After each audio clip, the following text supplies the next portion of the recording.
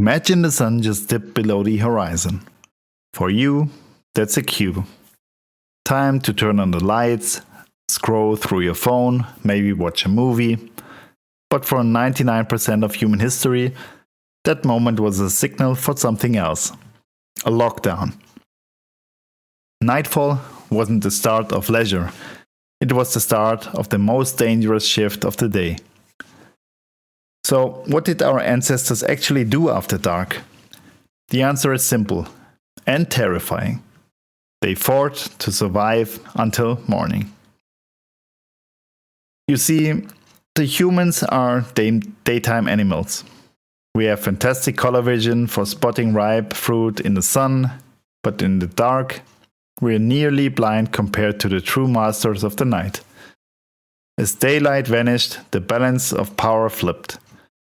Large carnivores with superior night vision, hearing, and smell owned the darkness. For our ancestors, the night was a period of extreme vulnerability, a time of constant low-grade terror. So, how did they make it through? They didn't just huddle and hope. They engineered their survival with three brilliant solutions. Solution number one was technology. And it wasn't a sharp spear. It was fire.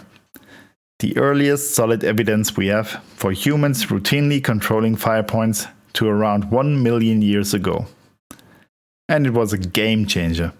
A campfire did more than provide warmth or cook food. It created a force field. Most animals have a deep, instinctive fear of flame. A ring of fire pushed the invisible threats back into the shadows. It provided a circle of light, turning pitch black into a manageable gloom where you could see the faces of your family and spot the glint of eyes in the distance. Fire transformed a campsite from a vulnerable spot into a defended stronghold. But you need the right stronghold. That's solution number two, strategic shelter. Our ancestors weren't just picking any spot to sleep. They were choosing real estate based on one thing: defensibility. A cave mouth was a classic choice. One entrance to guard. A cliff ledge or a spot surrounded by natural barriers worked too. There's even evidence of them piling up rocks or branches to create simple barriers. The goal was to reduce the angles of attack, to create a bottleneck where a few people could hold off a threat. The night was about reducing variables, controlling the chaos of the dark. Which leads to the most important solution of all. The third one wasn't a tool or a place, but a group. Social cohesion. You did not survive the night alone. The group was the ultimate survival system. People slept close together for shared warmth. They took turns keeping watch, so someone was always listening for the crack of a twig or the low growl in the bushes. This nightly ritual of mutual protection forged incredibly strong social bonds. Trust wasn't just a nice feeling, it was your life insurance policy. This is also where some of our deepest human traditions were born. The firelight gathering. Sharing stories, not just for the entertainment, but to pass down crucial knowledge, where the dangers are, how to behave, who you can trust. The night forced us to become intensely social creatures. This relentless pressure didn't just shape our behavior, it left a mark on our very biology. Think about the deep, instinctive fear of the dark so many people have. That's not a personal failing, it's an ancient, hardwired alarm system. For millions of years, the dark was danger. That feeling of dread when the lights go out, that's a legacy. It might have even changed how we sleep.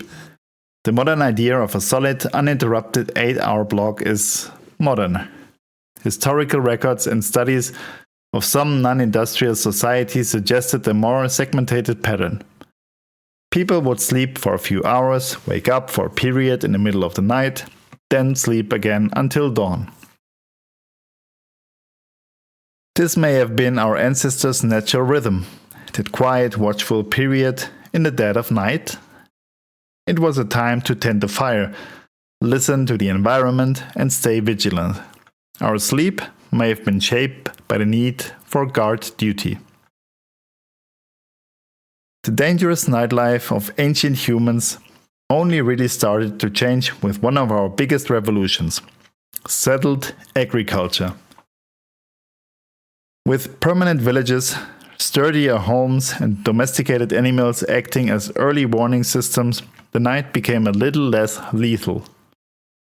Nighttime slowly began its shift from pure survival to something else, a time for social rituals, storytelling, and eventually, the first hints of what we'd call leisure.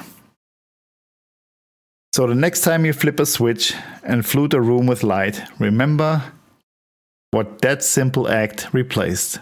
For our ancestors, the night was a formidable enemy. Their entire evening routine was a meticulously planned operation centered on fire, fortress, and family. They weren't just passing time. They were standing watch against the dark, and in doing so, they forged the social bonds and instincts that make us who we are today.